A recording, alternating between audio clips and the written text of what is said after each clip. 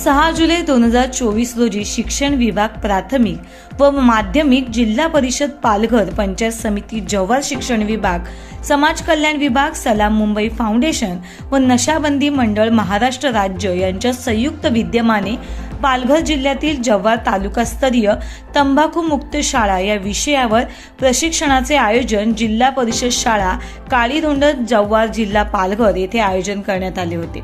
यावेळी पंचायत समिती जव्हारचे शिक्षण विभागाचे गट शिक्षण अधिकारी पी.के. चौधरी यांच्या मार्गदर्शनाखाली तालुकास्तरीय कार्यशाळेचे आयोजन करण्यात आले।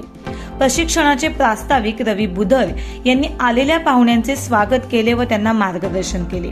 पंचायत समिती जव्हार तालुक्यातील तज्ञ मार्गदर्शक शिक्षक भाऊसाहेब शेटे यांनी तंबाखू मुक्त शाळा करण्यासाठी आवश्यक 9 निकष विविध उदाहरणे देत प्रत्यक्ष फोटो दाखवून स्पष्ट केले व उपस्थितांना मार्गदर्शन केले।